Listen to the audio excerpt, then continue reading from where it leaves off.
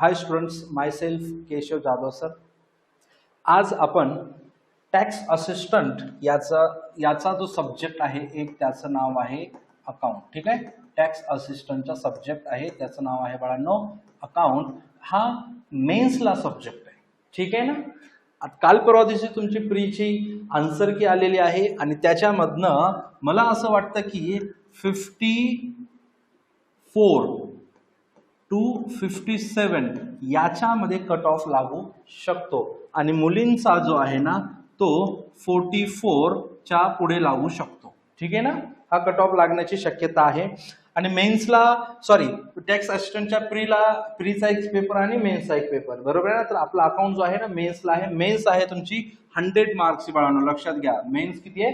100 मार्क्सची आहे. आणि त्याच्यामध्ये 100 मार्क्स बाळांनो, आतापर्यंत माझे जे मुलं पास झालेले आहेत, आतापर्यंत कर सहाय्यक माझ्या बॅचचे मुलं झालेले आहेत 51. किती झालेले आहेत? 51. तर 51च्या 51 स्टुडंटचं म्हणणं एकच आहे की ज्याला पुस्तकपालन लेखाकर्म म्हणजे अकाउंट हा सब्जेक्ट जमला त्याची कर सहाय्यक पोस्ट आहे. त्याच्यामुळे 100 पैकी तुम्हाला 20 मार्कचा कर सहाय्यक आहे आणि 25 मार्क्सचा तुमचा इकॉनॉमिक्स आहे. आपण पण सिलेबस चेंज झालेला आहे, थोडासा स्लाइटली चेंज झाला, खूप चेंज झालेला नाही. तर आपण एक अंदाज करू की 40 मार्क्स हे अकाउंट आणि इकॉनॉमिक्स आहे आणि आपण या बॅचला अकाउंट आणि इकॉनॉमिक्स तुमचं कव्हर करून देणार आहे. ठीक आहे, चालेल. तर माझं इंट्रोडक्शन मी पुढे देतो तुम्हाला. माझं इंट्रोडक्शन नाव तर तुम्हाला माहित आहे, नाम तो सुनाई होगा. तर अकाउंट जो सब्जेक्ट आहे ना गेली 2016 पासून मी टीचिंग करत आहे. किती? 2016 पासून, म्हणजे टोटली म्हणजे म्हणता येईल आपल्याला 6 इयर्स झालेले आहेत की मी फक्त आणि फक्त अकाउंटच टीच करत आहे. ओके. आणि या एवढ्या याच्यामध्ये माझे कर सहाय्यक अधिकारी 51 आहेत. पण हे मी कोणाला शिकवतो बाळांनो? अकाउंट हा शिकवत असतो मी 11th बोर्ड अँड 12th बोर्डच्या स्टुडंटला शिकवत आहे. आणि 12th बोर्डचे जे स्टुडंट आहेत ना त्याच्यातल्या बऱ्याच विद्यार्थ्यांना बोर्डामध्ये अकाउंटला 100 पैकी 100 मार्क्स आहेत. ठीक आहे, कारण त्यांनी कन्सिस्टंट माझ्यासोबत मेहनत घेतली म्हणून एवढे मार्क्स पडलेले आहेत. आणि तुम्हाला पण मी 20 पैकी 20 मार्क्सची गॅरंटी देतो बाळांनो. फक्त आणि फक्त तुम्ही काय राहा, माझ्यासोबत रेग्युलर राहा. आपण या बॅच मध्ये खूप काही कव्हर करणार आहे, खूप साऱ्या नोट्स तुम्हाला देणार आहे, खूप सारे क्वेश्चन कव्हर करणार आहे. आणि आपली जी बॅच चालणार आहे बाळांनो, बघा पहिल्यांदा आपण घेणार आहे कॉन्सेप्ट. लक्ष द्या रे इकडे, काय घेणार आहे? कॉन्सेप्ट. दुसरा, या कॉन्सेप्ट वरती आयोगाने जे काही क्वेश्चन विचारलेले आहेत, आयोगाने विचारलेले प्रश्न हे घेणार आहे बाळांनो. ठीक आहे ना, आयोगाने विचारलेले प्रश्न आपण कव्हर करणार आहे, समजते ना. आणि थर्ड, त्या पर्टिक्युलर कॉन्सेप्ट वरती जे काही संभाव्य प्रश्न बनू शकतात ते आपण कव्हर करणार आहे. ठीक आहे ना, समजलं बाळांनो? कसं? कॉन्सेप्ट, आयोगाने विचारलेले प्रश्न आणि संभाव्य प्रश्न, या 3 स्टेप मध्ये आपली ही बॅच कंटिन्यू चालेल. आणि रेकॉर्डेड लेक्चर असतील डेली तुम्हाला एक दोन व्हिडिओ येत जातील आणि आपली बॅच कंटिन्यू होत जाईल, है ना. तर तुम्हाला याच्यामध्ये 3 व्ह्यूज दिले जातील बॅच मध्ये. तुम्ही 3 वेळेस हा व्हिडिओ पाहू शकता. तुमच्या एक्झाम पर्यंत तुम्हाला याचा ऍक्सेस दिला जाईल. एक्झाम होईपर्यंत, है ना, निश्चिंत राहायचं. आणि बघा बाळांनो, आपल्या याच्या बॅच झाल्याच्या नंतर सर्वात शेवटी एक रिव्हिजन बॅच असते, है ना. एक रिव्हिजन बॅच असते, ती पण तुम्हाला एक रिव्हिजन बॅच दिली जाईल. म्हणजे या महिनाभर आपण जे अभ्यास करणार त्याचा फक्त आपण 3 ते 4 तासामध्ये पूर्ण अकाउंट कव्हर करत असतो. आणि आयोगाने विचारलेल्या ईच अँड एव्हरी क्वेश्चनचं एक्सप्लेनेशन तुम्हाला भेटेल बाळांनो. आणि रिलेटेड क्वेश्चन कसा येतो तो पण तुम्हाला सांगितला जाईल. आणि आतापर्यंतच्या पास झालेल्या विद्यार्थ्यांना विचारा किंवा माझी बॅच केलेल्या विद्यार्थ्यांना विचारा की आपल्या बॅच मध्ये जे काही क्वेश्चन होत असतात त्याच्यातले कमीत कमी 10 ते 12 क्वेश्चन जशाच तसे येतात बाळांनो. आता इथून पुढे पण आपले क्वेश्चन येत जातील. तर आपण आपल्या अकाउंट सब्जेक्टला स्टार्ट करू. समजलं ना? आपल्या बॅच मध्ये काय काय भेटणार आहे तुम्हाला? अकाउंट प्लस इकॉनॉमिक्स बाळांनो. काय भेटणार आहे? Account plus economics. अकाउंट मी घेणार आहे आणि इकॉनॉमिक्स कैलास सर घेणार आहेत. ठीक आहे ना. तर आपली जी कॉन्सेप्ट आहे बाळांनो, लेखाकर्मची प्रक्रिया, म्हणजेच याला बोलू आपण प्रोसेस ऑफ अकाउंटिंग. कॉन्सन्ट्रेट करा, प्रोसेस ऑफ अकाउंटिंग. मराठीमध्ये याला म्हणता येईल लेखाकर्म, लेखाकर्मची प्रक्रिया. बघा बाळांनो, आता आपण स्टार्ट करतोय अकाउंट सब्जेक्टला, आपण कुठलाच लेसन नाही, अकाउंट सब्जेक्ट स्टार्ट करतोय. लक्ष द्या इकडे, कॉन्सन्ट्रेट. स्वामी विवेकानंद काय म्हणतात की ज्या स्टुडंटचं कॉन्सन्ट्रेशन असतं तो स्टुडंट हा सक्सेसफुल होत असतो आयुष्यामध्ये. लक्षात घ्या. बघा अकाउंट सब्जेक्ट शिकते वेळेस हा काय रे बाळा, हा आहे बघा बिझनेस, आणि हा कोण आहे, हा बिझनेस मॅन आहे. हा कोण आहे, बिझनेस आहे, आणि हा त्याचा ओनर म्हणजे बिझनेस मॅन आहे. काही स्टुडंट किंवा बऱ्याच स्टुडंटनी अशा मिस्टेक केलेल्या असणार आहेत, आणि इथून पुढे पण मिस्टेक करतील. काय की ते विचार करतील त्याच्या मालकाच्या पॉइंट ऑफ व्ह्यूने. आपल्याला बिझनेसच्या मालकाच्या पॉइंट ऑफ व्ह्यूने काहीच विचार नाही करायचा, आपल्याला विचार करायचा आहे बिझनेस पॉइंट ऑफ व्ह्यूने. म्हणजेच सर्व काही अकाउंटिंग शिकायच्या बिझनेस पॉइंट ऑफ व्ह्यूने. अकाउंटची ईच अँड एव्हरी कॉन्सेप्ट शिकते वेळेस आपल्याला करण्याच्या पॉइंट ऑफ व्ह्यू विचार करायचा, बिझनेसच्या पॉइंट ऑफ व्ह्यूने विचार करायचा आहे. हा पुस्तकाला लेखाकर्म विषय शिकते वेळेस आपल्याला प्रत्येक संकल्पना बिझनेस पॉइंट ऑफ व्ह्यूने जायचं आहे, ओनरच्या पॉइंट ऑफ व्ह्यूने नाही. म्हणजेच बिझनेसमध्ये पैसा कुठून आला, बिझनेस मधून पैसा कुठे गेला, बिझनेसची संपत्ती कोणती आहे, बिझनेसची देयता कोणती आहे, बिझनेसला कोणाकडून येणं आहे आणि बिझनेस कोणाला देणं आहे, या कॉन्सेप्ट आपल्याला याच्यामध्ये बघायच्या आहेत. म्हणजे समजला, पॉइंट ऑफ व्ह्यू समजला तुम्हाला की आपल्याला बिझनेस पॉइंट ऑफ व्ह्यू विचार करायचा आहे अकाउंट सब्जेक्ट शिकते वेळेस. तर त्याच्यामध्ये पहिली स्टेप आहे बाळांनो, व्यवहारांची ओळख. व्यवहारांची ओळख म्हणजे पहिल्यांदा आपल्याला व्यवहाराची ओळख करायची आहे. एक्झाम्पल बघा कसे ओळखायचे आपले व्यवहार. आता बघा इकडे लक्ष द्या. बघा माझा कोचिंग क्लास आहे. आईन्स्टाईन काय म्हणतो, स्वामी विवेकानंद काय म्हणले, focus, concentration, most important. Einstein काय म्हणतो, आईन्स्टाईन म्हणून गेलेले आहेत की imagination is more important than knowledge. तर माझ्यासोबत इमॅजिन करायचं. बघा आता हा क्लास आहे, ठीक आहे ना, क्लास आहे बरोबर आहे, मी क्लासचा ओनर आहे, यस ऑर नो. मग मला जर क्लाससाठी काय वस्तू आणायच्या असतील तर क्लास जाईल का मी जाईल मार्केटमध्ये, कोण जाईल फटाफट, कोण, मी जाईल. तर बघा बाळांनो, आता समजा मी मार्केटमध्ये गेलो, मार्केटमध्ये गेल्याच्या नंतर कॉन्सन्ट्रेट करा, मार्केटमध्ये गेल्याच्या नंतर मी काय केलं, तुळशीबागेत गेलो. तुम्हाला तर माहिती आहे तुळशीबागेत कोणासोबत जातात आहे ना, ठीक आहे. तुळशीबागेत गेलो, तुळशीबागेत गेल्याच्या नंतर समजा मी ड्रेस परचेस केला बाळांनो. काय परचेस केला, ड्रेस, माझ्यासाठी आणि माझ्या मिसेससाठी. त्याचबरोबर माझ्यासाठी मी काय परचेस केला बाळांनो, तुळशीबागेत शूज परचेस केला. त्याच्यानंतर बऱ्याचशा लागणाऱ्या वस्तू, डिओ परचेस केला, ठीक आहे ना, परफ्यूम परचेस केला, सँडल परचेस केले, बऱ्याचशा गोष्टी परचेस केल्या. त्याचबरोबर पेन परचेस केल्या, पेन्सिल परचेस केला, yes or no. Fan purchase केला, ऑफिसमध्ये फॅन नव्हता, क्लासच्या ऑफिसमध्ये फॅन नव्हता, फॅन परचेस केला. मार्कर्स परचेस केले, समजतं का बाळांनो, काय केले, मार्कर, पेन, व्हाईट बोर्डवरती लिहिण्याचे मार्कर परचेस केले, है ना. बघा हे सर्व जे मी केले ना याला म्हणतो व्यवहार. मी व्यवहार केला ना समोरच्या पार्टी सोबत, काय केला, व्यवहार केला. म्हणजे हे झाले खूप सारे व्यवहार. मग या व्यवहार, ओनर तर जातो मार्केटमध्ये खूप सारे व्यवहार करतो, मग या व्यवहारातून आपल्याला ओळखायचं आहे की व्यावसायिक व्यवहार म्हणजे व्यवसायाचा व्यवहार आणि वैयक्तिक व्यवहार. समजलं का रे बाळांनो, व्यावसायिक व्यवहार आणि वैयक्तिक व्यवहार. मग हे काय झालं सर, या सर्वांना एकत्र आपण म्हणणार बंच ऑफ ट्रान्झॅक्शन. ट्रान्झॅक्शन म्हणजे व्यवहार, इंग्लिशमध्ये ट्रान्झॅक्शन, मराठीमध्ये व्यवहार, बंच ऑफ ट्रान्झॅक्शन. आणि या बंच ऑफ ट्रान्झॅक्शन मधून व्यवसायाचा व्यवहार कोणता आणि वैयक्तिक व्यवहार कोणता ओळखायचा आहे. मग मला सांगा फटाफट, ड्रेस, शूज, क्लास का ड्रेस घालणार आहे का रे, आणि शूज का, क्लासला का शूज लागतात का, पेन क्लासमध्ये लागू शकतो है ना. तर मला सांगा मग हे ड्रेस, शूज, पेन हे जे झाले कोणते व्यवहार झाले बाळांनो, वैयक्तिक व्यवहार झाले. आणि पेन, पेन्सिल, फॅन, मार्कर हे झाले रिलेटेड टू क्लास म्हणजे व्यावसायिक व्यवहार झालेले आहेत. डन, समजलं.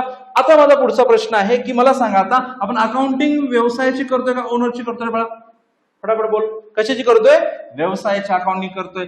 तर मग आता अकाउंटिंग नथिंग बट रेकॉर्डिंग, नोंदणी करून ठेवणे, झालेल्या प्रत्येक व्यवहाराची नोंदणी करून ठेवणे. तर मला सांग आता कोणत्या व्यवहार आपण रेकॉर्ड करणार, व्यावसायिक व्यवहार रेकॉर्ड करणार का वैयक्तिक व्यवहार रेकॉर्ड करणार, स्वतःशी बोल लवकर, कोणता, व्यावसायिक, करेक्ट. तर आपल्याला या व्यवहाराची नोंद आपल्या पुस्तकामध्ये करायची आहे आणि हे वैयक्तिक व्यवहाराची नोंद होत नसते. तर ही झाली कॉन्सेप्ट. ह्याच्यावर प्रश्न कसा येऊ शकतो, क्वेश्चन कसा येऊ शकतो, लक्ष द्या बाळांनो. व्यावसायिक व्यवहार आणि वैयक्तिक व्यवहार दोन्हीच्या नोंदी पुस्तकामध्ये केल्या जातात. True or false? आन्सर काय असेल? फॉल्स. चूक आहे याचा आन्सर. बरोबर काय असणार आहे? फक्त आणि फक्त व्यावसायिक व्यवहारच नोंद केले जात असतात. दुसरा क्वेश्चन येऊ शकतो, खालीलपैकी कोणत्या व्यवहाराच्या नोंदी केल्या जातात? खालीलपैकी कोणत्या व्यवहाराच्या नोंदी केल्या जातात? व्यावसायिक व्यवहार, ऑप्शन ए व्यावसायिक व्यवहार, ऑप्शन बी वैयक्तिक व्यवहार, ऑप्शन सी वरीलपैकी सर्व आणि ऑप्शन डी वरीलपैकी कोणतेही नाही. तर ऑप्शन काय असेल बाळांनो? पहिलं व्यावसायिक व्यवहार याच्या नोंदी केल्या जात असतात. हे झाली आपल्या लेखाक्रमाची प्रक्रिया, प्रोसेस ऑफ अकाउंटिंग मधली फर्स्ट प्रोसेस. आपण आता पुढच्या याच्यामध्ये पाहूया स्लाइड मध्ये सेकंड प्रोसेस. त्या प्रोसेसचं नाव आहे, जे आपण व्यावसायिक व्यवहार ओळखलेले आहेत त्या व्यावसायिक व्यवहाराची आपल्याला काय करायचे बाळांनो? व्यवहाराची मोजमापणी. काय करायची आहे? व्यवहाराची मोजमापणी. आता मोजमापणी याच्या फूट मध्ये मोजायचंय का याला? किलो मध्ये मोजायचंय का याला? नाही. तर याला कशामध्ये मोजायचे बाळांनो? याला मोजायचं आहे आपल्याला पैशामध्ये मोजायचे. तर लक्ष द्या बघा, जे काही व्यवहार होत असतात, किती व्यवहार होऊ द्या, बिझनेस खूप सारे व्यवहार करत असतो. मग त्या व्यवहारातून आपल्याला व्यवहाराची मोजणी करायची आहे. तर व्यवहार असू शकतो आर्थिक व्यवहार,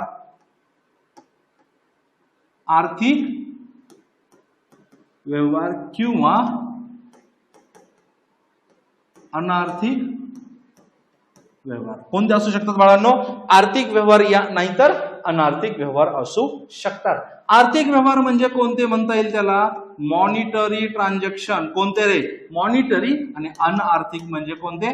नॉन मॉनिटरी. म्हणजे काय असणार आहे? मॉनिटरी आर्थिक, अर्थ पैसा.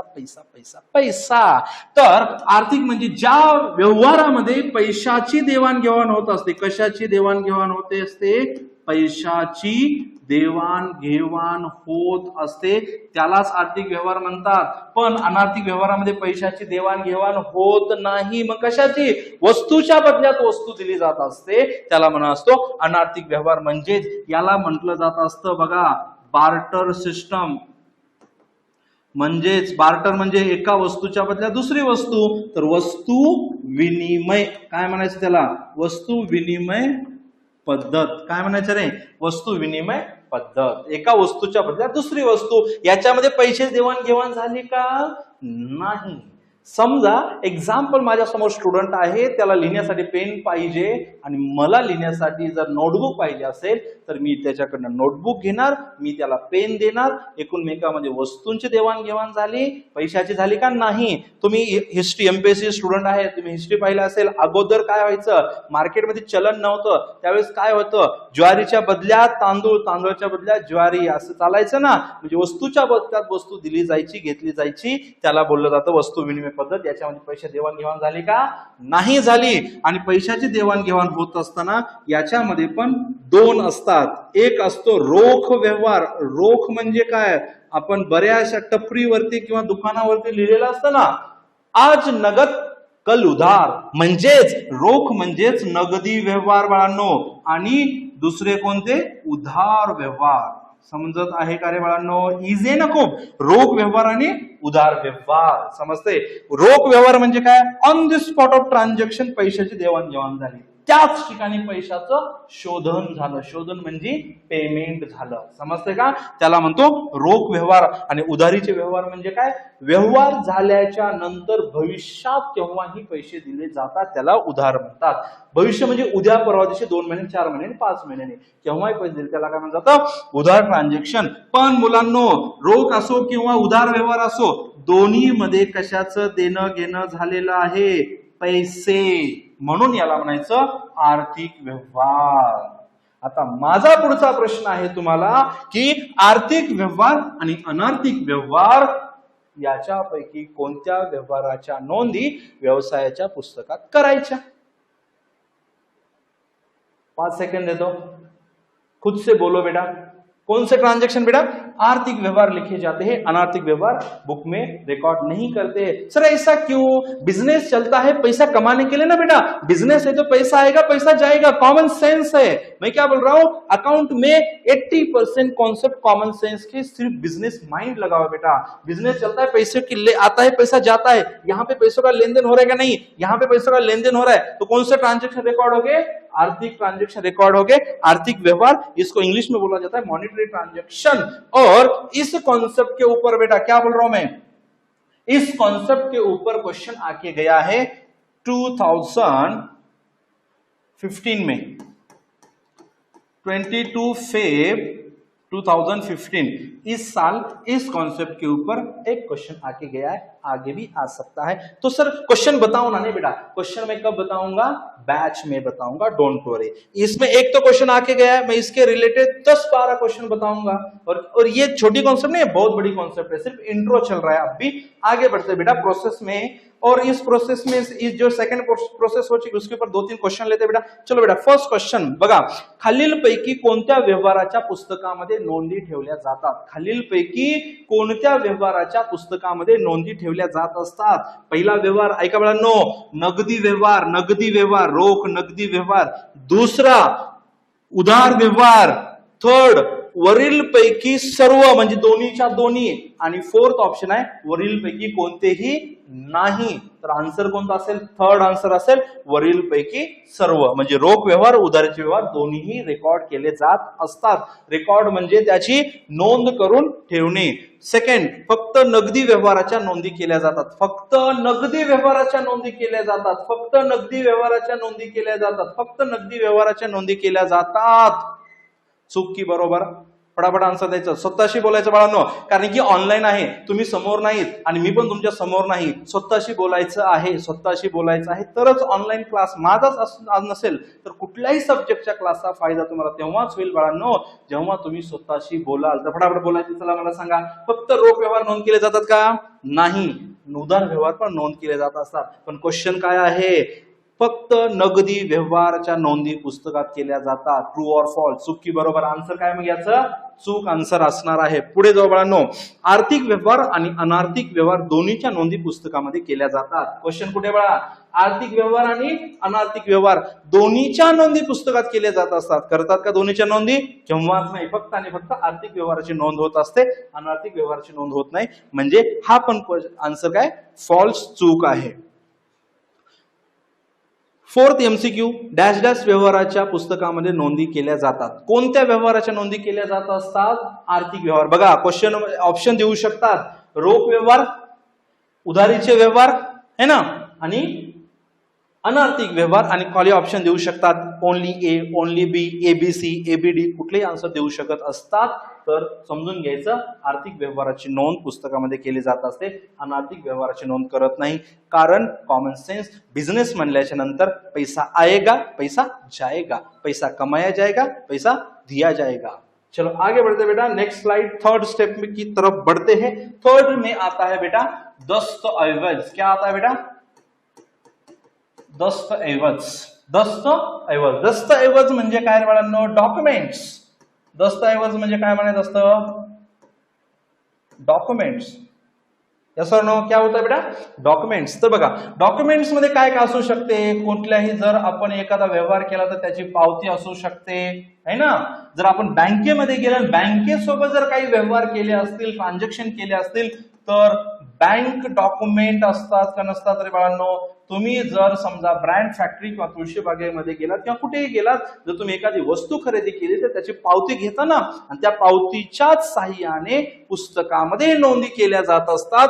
आणि फोर्थ स्टेप आहे बाळांनो नोंदणी। कॉन्सन्ट्रेट करा, कोणती? नोंदणी। नोंदणी म्हणजेच याची आपल्याला करायची आहे रेकॉर्डिंग। काय करायची रे बाळा? रेकॉर्डिंग करायची आहे। आणि रेकॉर्डिंग साठी आपल्याला म्हणू शकतो लेसन आहे, त्याचं नाव आहे रोजकीर्द। काय रे? रोजकीर्द। तर बघा खूप इंटरेस्टिंग आहे ही स्टेप, खूप म्हणजे खूप इंटरेस्टिंग आहे, समजून घ्या। बघा 3 स्टेप मध्ये सांगेल, आणि आयोगाने खूप सारे क्वेश्चन याच लेसन वरती विचारले, खूप सारे क्वेश्चन। कॉन्सेप्च्युअल क्वेश्चन या लेसन वरती विचारलेत, मोस्ट इम्पॉर्टंट आहे. पण नथिंग बट हे जे मी पाहिले ना, तुम्हाला सांगतोय ना, एक एक स्टेप सांगतोय ना, बघा एक एक स्टेप सांगितलं ना मी तुम्हाला. हे व्यवहाराची ओळख म्हणजे तुमच्या पुस्तकाला लेखाकर्म आपण जी बॅच रन होणार त्यातला लेसन नंबर 1. पुढे जाऊ आपण. त्याच्यानंतर हे जे पाहिलं हे लेसन नंबर 1 मध्येच येतं. त्याच्यानंतर हे जे दस्तावेज डॉक्युमेंट्स आहे हे पुढच्या लेसनला येतं. हे रोजकीर्द नावाची वेगळा लेसन आहे. म्हणजे प्रत्येक लेसनचं मी तुम्हाला इंट्रो देतोय आणि प्रत्येक लेसनवरती आयोगाने जे काही क्वेश्चन विचारले त्याच्यातले दोन चार क्वेश्चन घेत आहे तुम्हाला. पण ज्यावेळेस आपण इन डिटेल लेसन पाहू ना, त्यावेळेस तुम्हाला प्रत्येक कॉन्सेप्टवरचे आयोगाचे क्वेश्चन आपण कव्हर करून देऊ. बघा, नोंदणी जी होत असते ना, व्यवहाराची नोंदणी होत असते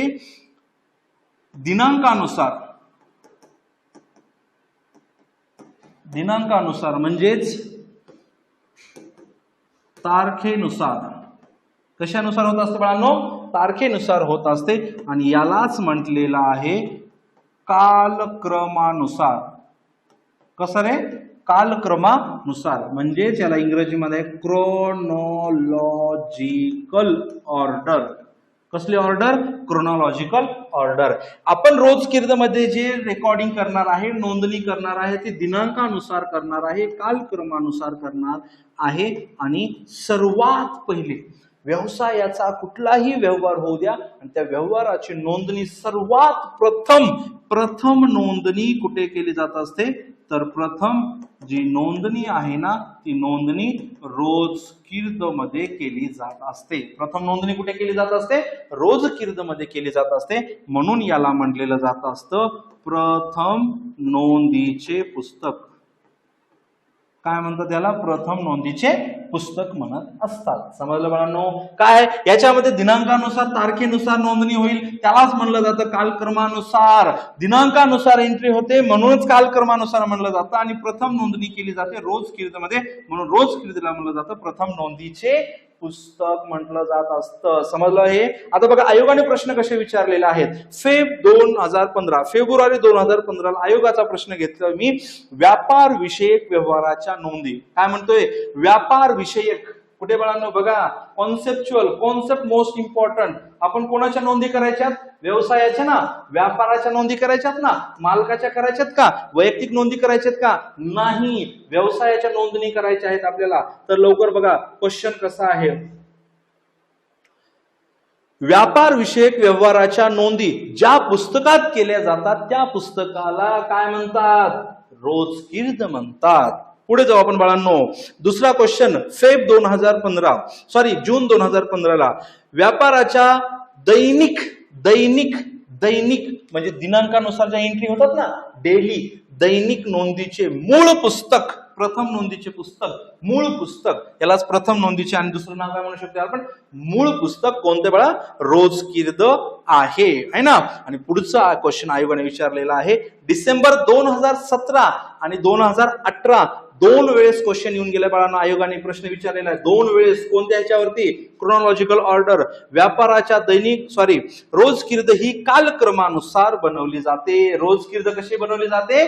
कालक्रमानुसार बनवली जात असते. आयोगाने ह्या 4 पॉइंट वरती आयोगाने प्रश्न विचारलेले आहेत आणि ते आपण कव्हर केलेले आहेत. आणि खूप सारे क्वेश्चन आहेत आयोगाने विचारलेले, ते आपण रेग्युलर बॅच मध्ये घेऊयात है ना. चला तर पुढे जाऊ आपण. मग आपल्याला ह्याच्यामध्ये नोंदणी करायची आहे ना.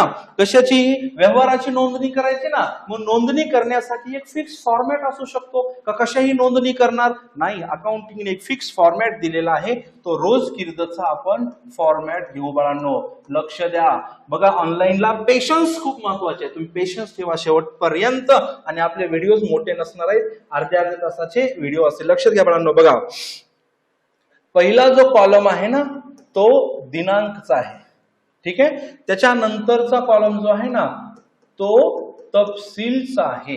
त्याच्यानंतरचा जो कॉलम आहे ना, खाते वहीचे पान नंबर म्हणजे खापा. नेपाळी लोकांचे नाव असतात ना, खापा, थापा, तसा खापा है ना, खापा. त्याच्यानंतर नावे रक्कम आणि त्याच्यानंतर जमा रक्कम. लक्षात घ्या बाळांनो. नावे रक्कम आणि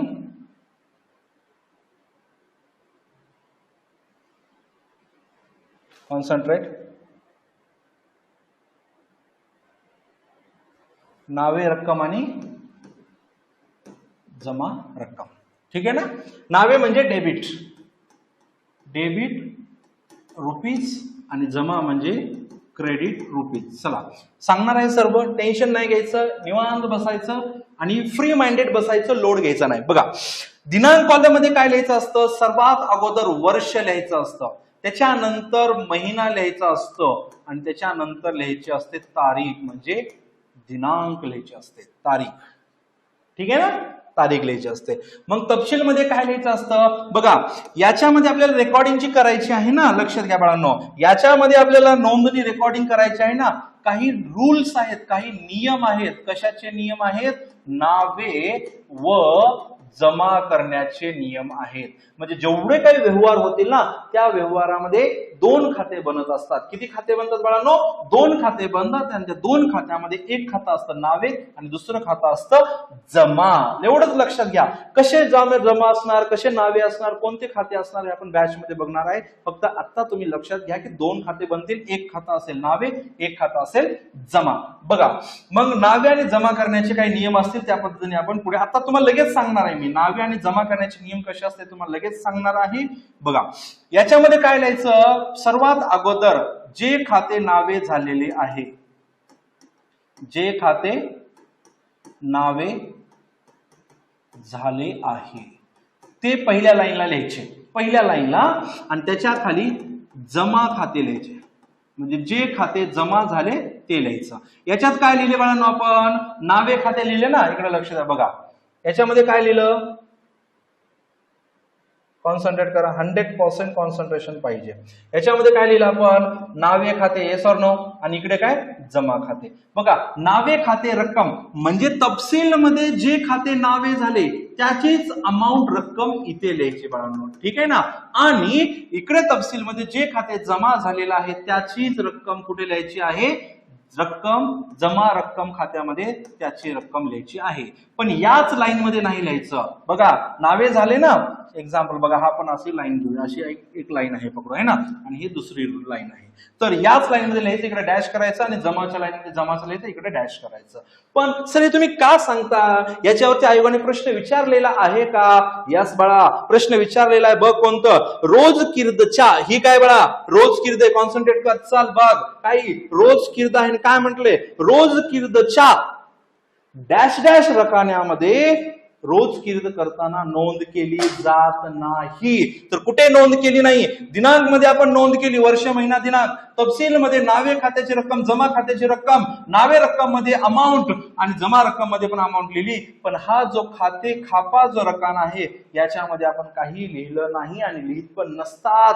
म्हणजे रकान्यावरती प्रश्न आलेला आहे. तर प्रश्न कसे येऊ शकतात, प्रश्न येऊ शकतो दिनांक याच्यामध्ये सर्वात अगोदर काय लिहिलं जात असतं, वर्ष लिहिलं जात असतं, नंतर महिना, सर्वात शेवटी दिनांक लिहिला जात असतो. तपशील मध्ये अगोदर कोणते खाते लिहिलं जात असतं, नावे खाते लिहिलं जात असतं, नंतर कोणतं खाते लिहिलं असतं, जमा खाते लिहिलं जात असतं. आणि एका खात्याला नावे आणि दुसऱ्या खात्याला जमा हा इफेक्ट का दिला त्याचं विश्लेषण खाली दिलं जात असतं बाळांनो. का दिला नावे जमा, खरेदी केली का, विश्लेषण खरेदी केल्याबद्दल, समजते का बाळांनो. काय दिलं जातं, एक्सप्लेनेशन दिलं जात असतं. जर विक्री केली तर विक्री, खरेदी केली तर खरेदी, संपत्ती परचेस केली तर संपत्ती, कोणाला उधार विकलं तर उधार, समजते बाळांनो.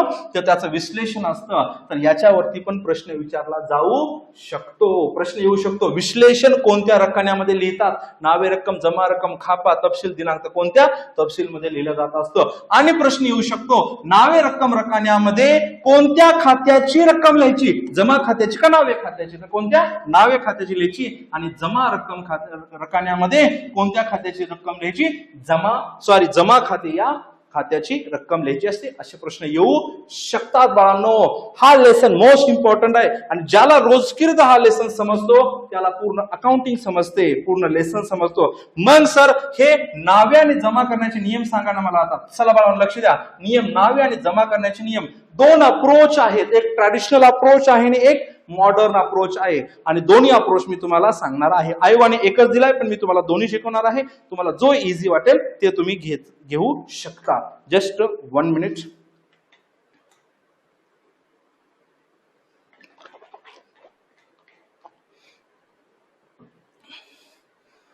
पुढची कॉन्सेप्ट कोणती आहे सर?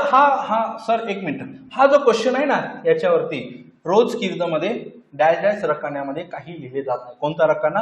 खापा रकाना. याच्यावरती क्वेश्चन केव्हा आला होता सर? जून 2015ला याच्यावरती क्वेश्चन येऊन गेलेला होता. जर तुम्हाला विश्वास नसेल तर तुम्ही आयोगाचे क्वेश्चन काढू शकता, 2015चा क्वेश्चन काढू शकता आणि त्याच्यामध्ये हे प्रश्न तुम्ही शोधू शकता. चला बाळांनो पुढे जाऊ आपण. बघा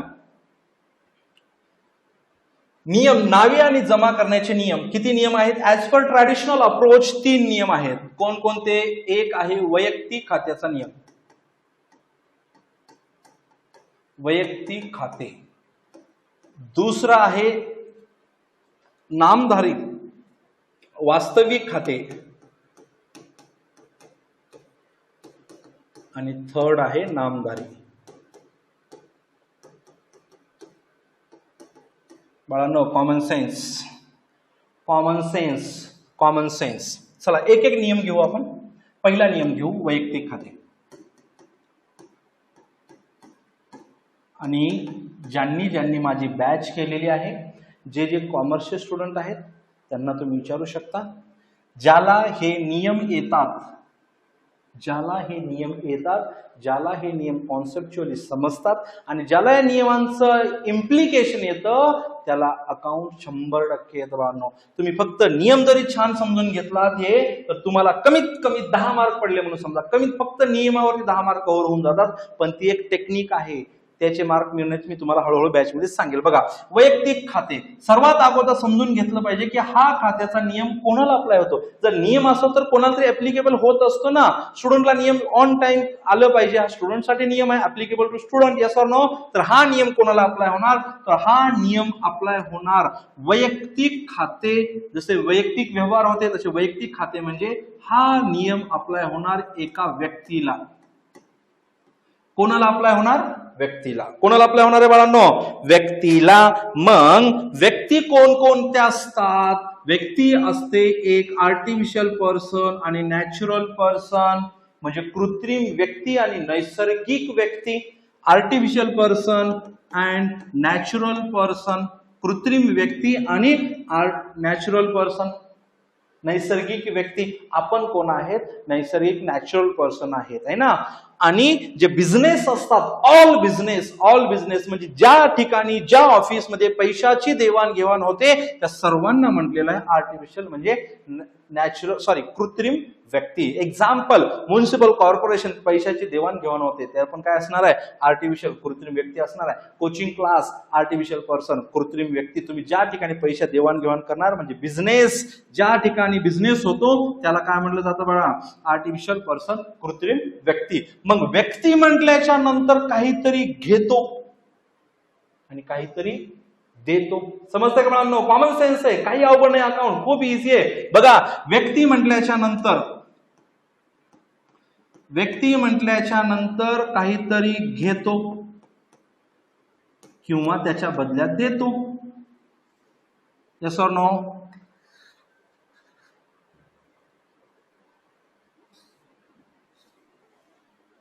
है ना.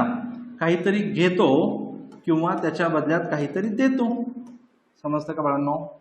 काहीतरी घेतो आणि काहीतरी देतो. तर नियम काय झाला? जो व्यक्ती घेत असतो त्याला करावे नावे आणि जो व्यक्ती देतो त्याला करावे जमा. एवढं सोपं आहे, एवढं सोपं आहे. जो व्यक्ती घेतो ना त्याला करावे नावे आणि जो व्यक्ती देतो ना त्याला करावे जमा. हे तर झालं कमी शब्दामध्ये. पण ह्याला जर लाईन मध्ये सांगायचं असेल तर काय म्हणणार आहे आपण? लाभ घेणाऱ्याचे खाते नावे करावे.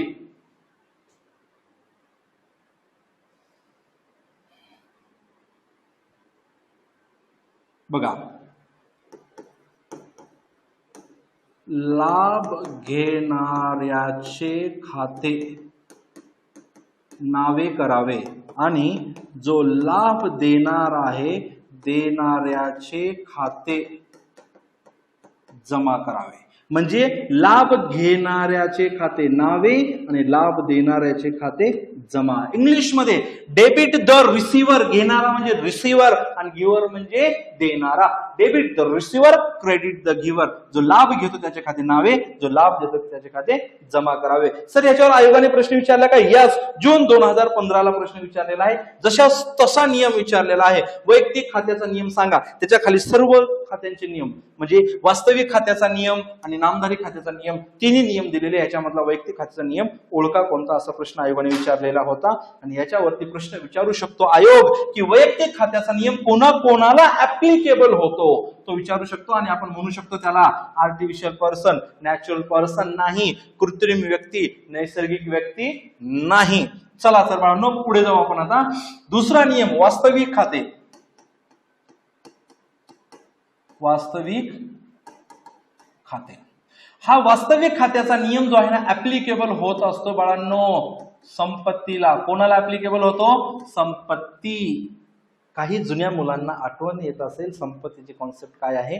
संपत्तीची कॉन्सेप्ट खूप मोठी आहे बाळांनो आणि एवढी इंटरेस्टिंग आहे ना, तुम्ही लाईफ टाइम कॉन्सेप्ट विसरू शकणार नाही. याच्यावर आयोगाने खूप प्रश्न विचारलेले आहेत. आपण रेग्युलर बॅच मध्ये बघणार आहे ते कॉन्सेप्ट. बघा बघा, लक्ष द्या.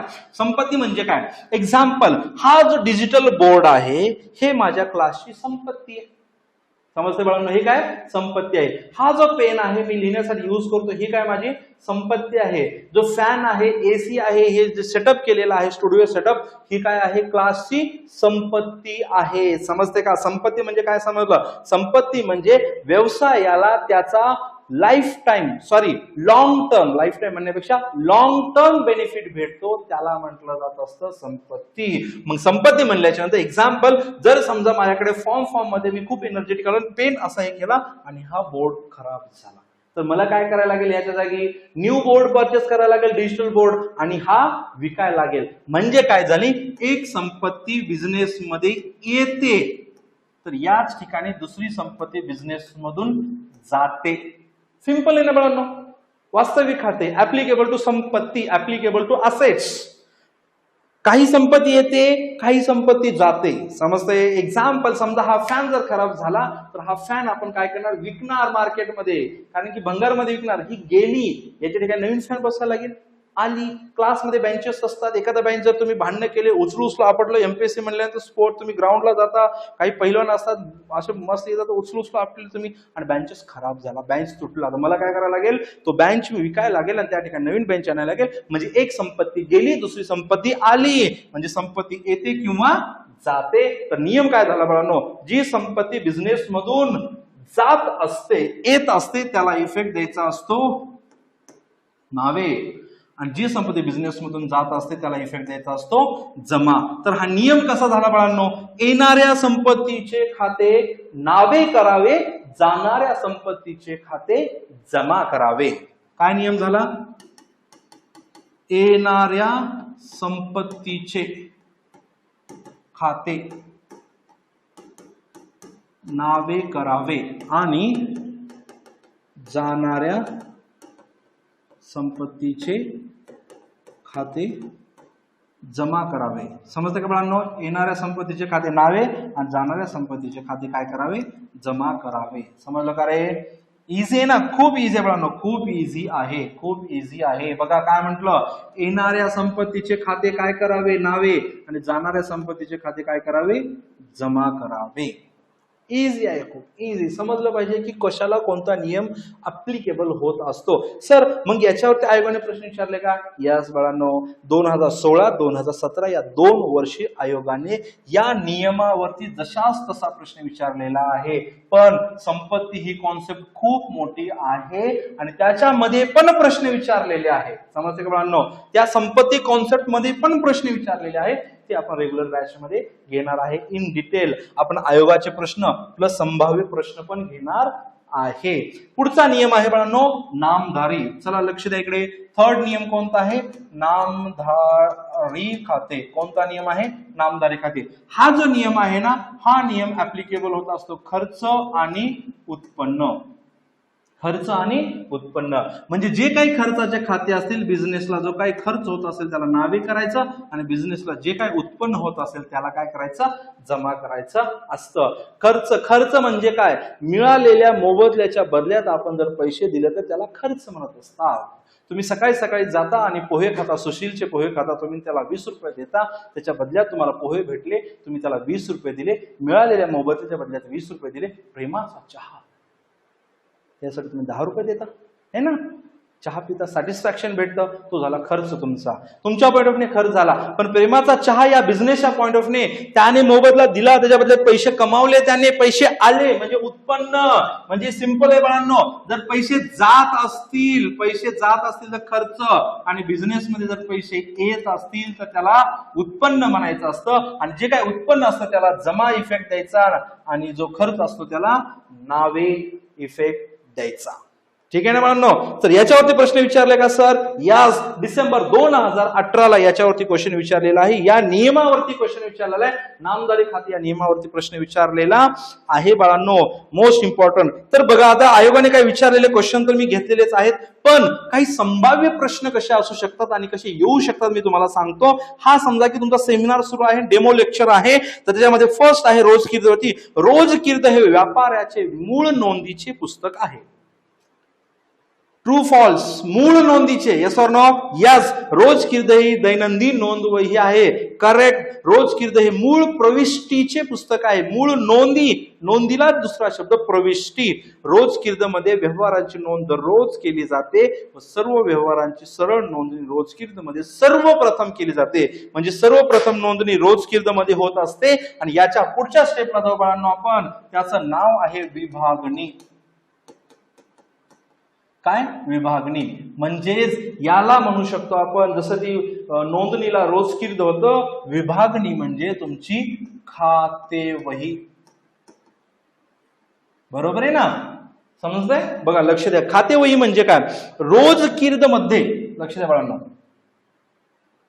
या रोजकीर्द मध्ये असं पाहिलं जात नाही की आपल्याला रोजकीर्द मध्ये फक्त खर्चाच्या नोंदी करायच्यात, रोजकीर्दमध्ये फक्त संपत्तीच्या नोंदी करायच्यात, रोजकीर्दमध्ये फक्त उत्पन्नाच्या नोंदी करायच्यात, रोजकीर्दमध्ये फक्त देयताच्या नोंदी करायच्यात, असं काहीही डिसाइडेड नसतं. रोजकीर्दमध्ये सर्व नोंदी होत असतात, पण त्या दिनांकानुसार होत असतात. समजते का. समजा एक्झाम्पल, आज जर 7 तारीख असेल तर 7 तारखेला खर्च झाला तर खर्चाची नोंद, 8 तारखेला पुन्हा खर्च झाला तर खर्चाची नोंद, 9 तारखेला जर उत्पन्न झालं तर उत्पन्नाची नोंद, 10 तारखेला जर संपत्ती जर आली बिझनेसमध्ये तर त्याची नोंद, जर 11 तारखेला जर एखादी संपत्ती विकली तर त्याची नोंद, जर 12 तारखेला कोणाला देणं असेल तर त्याची नोंद, 13 तारखेला बिझनेसला खर्च झाला तर खर्च, 14 तारखेला उत्पन्न झालं तर उत्पन्न. म्हणजे तारखेनुसार एकाखाली एक प्रत्येक व्यवहाराची नोंद दिनांकानुसार केली जात असते. पण जर म्हटलं की माझी टोटल संपत्ती किती, तर याच्यावरनं समजणार नाही. जर समजा बिझनेसला काढायचं असेल, शोधायचं असेल की मला सर्व खर्च किती झाला, तर या रोजकीर्दमधनं कळत नाही. माझी संपूर्ण संपत्ती किती आहे कळणार नाही. पूर्ण वर्षामध्ये मी किती उत्पन्न कमावलं आणि कोणत्या कोणत्या सोर्स मधनं कमावलं हे रोजकीर्दमधनं समजत नाही. म्हणून पुढे आपल्याला पुढची स्टेप आहे की रोजकीर्दमध्ये केलेल्या प्रत्येक व्यवहाराची आपल्याला काय करायची आहे, वेगवेगळी खतावणी करायची आहे. म्हणजे समजा आपण दिनांकानुसार खर्च नोंदवला, जर समजा आपण उत्पन्न नोंदवलं, जर आपण संपत्ती नोंदवली, जर आपण देयता नोंदवली, तर सर्वच्या सर्व खर्च एकाच खात्यामध्ये आणले जातात आणि खातं असतं टी फॉर्मॅट मध्ये. आणि याच्यावरती आयोगाने प्रश्न विचारलेला आहे की खातं कशा फॉर्मॅट मध्ये असतं. खात्याची डावी बाजू, इकडे लक्ष द्या बघा, खात्याची डावी बाजू असते नावे म्हणजे डेबिट आणि उजवी बाजू असते जमा. आयोगाने प्रश्न विचारला आहे खतावणी कशा फॉर्मॅट मध्ये असते, टी फॉर्मॅट मध्ये असते. आयोग प्रश्न विचारू शकतो खात्याची डावी बाजू कोणती, नावे, आणि उजवी बाजू कोणती, जमा. प्रश्न येऊ शकतो. बघा मग त्याच्यानंतर उत्पन्न खाते, त्याच्यानंतर संपत्ती खाते. म्हणजे आपण जेवढे काय खर्चाच्या नोंदी होतील रोजकीर्दमध्ये त्या खतावणीमध्ये सेपरेट खर्च आणायचे, सर्वच्या सर्व उत्पन्न सेपरेट आणायचे, सर्वच्या सर्व संपत्ती सेपरेट आणायच्या. त्यालाच म्हणलं जात असतं खाते वही. म्हणजे पहिल्यांदा नोंद रोजकीर्दमध्ये झाली आणि दुसऱ्यांदा त्याची खतावणीमध्ये झाली. म्हणजे रोजकीर्द प्रथम नोंदीचे पुस्तक, खतावणी दुय्यम नोंदीचे पुस्तक. आणि याच्यावरती आयोगाने प्रश्न विचारलेला आहे आणि प्रश्न कशी आयोग विचारू शकतो तुम्हाला तर माहित आहे. ठीक आहे ना बाळांनो. चला तर आता आपण पुढे जाऊ. बघा इकडे लक्ष द्या. आयोगाने विचारलेला प्रश्न खतावणीवरचा घ्यायचा का? चला आयोगाने विचारलेला खतावणीवरचा प्रश्न घेऊ बाळांनो. बघा एक तर झाला खतावणी कशा फॉर्मॅटमध्ये असते, टी फॉर्मॅटमध्ये असते. आणि दुसरं आहे बाळांनो की खतावणी हे दुय्यम नोंदीचे पुस्तक आहे. यस, खतावणी हे दुय्यम नोंदीचे पुस्तक आहे. रोजकीर्द प्रथम नोंद, खतावणी दुय्यम नोंद. लक्षात घ्या, आयोग प्रश्न विचारू शकतो. रोजकीर्दवर प्रश्न विचारला आयोगाने. रोजकीर्द हे प्रथम नोंदीचे पुस्तक आहे, तर खतावणीवरती प्रश्न येऊ शकतो. कोणता? खतावणी हे दुय्यम नोंदीचे पुस्तक आहे. ठीक आहे ना. त्याच्यानंतर प्रत्येक ह्याचा सारांश काढला जात असतो. समजले बाळांनो. खाते वही जे आहे ना, इकडे लक्ष द्या बघा, खाते वहीची रक्कम काढली जात असते, शिल्लक रक्कम. लक्ष द्या बाळांनो, शिल्लक रक्कम, शिल्लक रक्कम. बघा एक्झाम्पल, हे खाते आहे. हे काय बाळांनो? खाते. लक्षात घ्या, रफ खाते काढतोय मी, फेर नाही, रफ खाते. ही कोणती बाजू? डावी बाजू. बोलायचं माझ्यासोबत. डावी नावे आणि उजवी कोणती बाजू? जमा बाजू. कोणती असते उजवी?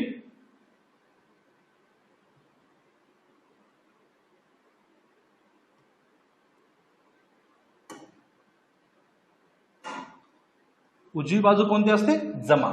डावी नावे आणि उजवी जमा असते. लक्षात घ्या. बघा बाळांनो, इकडे आपण खाते लिहिणार, कोणतेही असेल है ना, त्याचे अमाऊंट लिहिणार. लक्षात घ्या, मला जे कॉन्सेप्ट समजावून सांगायचे त्याच्यासाठी मी घेतोय. समजा आपण 100 अमाऊंट लिहिली, 1000 अमाऊंट लिहिली, समजा 5000 लिहिली, 6000 लिहिली. ठीक आहे ना. कोणत्या बाजूला लिहितोय आपण? नावे. आणि जमा बाजूला समजा एक अमाऊंट लिहिली आपण 5000 आणि त्याचबरोबर 100 असं लिहिली. बघा आता याच्या खतावणीची आहे ना, बॅलन्सिंग केलं जात असतं. काय केलं जात असतं? बॅलन्सिंग म्हणजे शिल्लक काढली जात असते. कशी काढली जात असते? बघा इकडे लक्ष द्या बाळांनो. इकडे कॉन्सन्ट्रेट हाय, 100% कॉन्सन्ट्रेट करा. 100% कॉन्सन्ट्रेशन पाहिजे मला.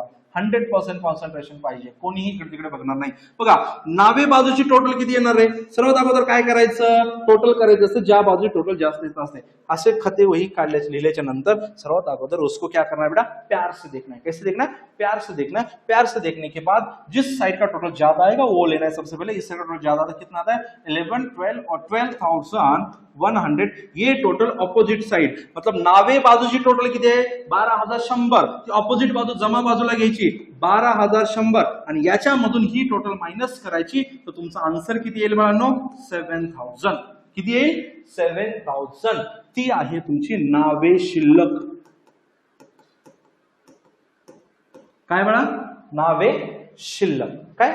नावे शिल्लक म्हणजे नावे बाजूची टोटल जमा बाजूच्या टोटल पेक्षा जास्त. नावे बाजूची टोटल किती आहे? 12,100. जमा बाजूची टोटल किती आहे बाळांनो? 6,100. तर टोटल किती आलं? 7,000. हे तुमचं आन्सर, ही तुमची नावे शिल्लक. तर जमा शिल्लक कशी असू शकते? जमा बाजूची टोटल नावे बाजूच्या टोटल पेक्षा जास्त आहे आणि जेवढ्याने जास्त आहे त्याला बोललं जातं जमा शिल्लक. काय बोललं जातं बाळा?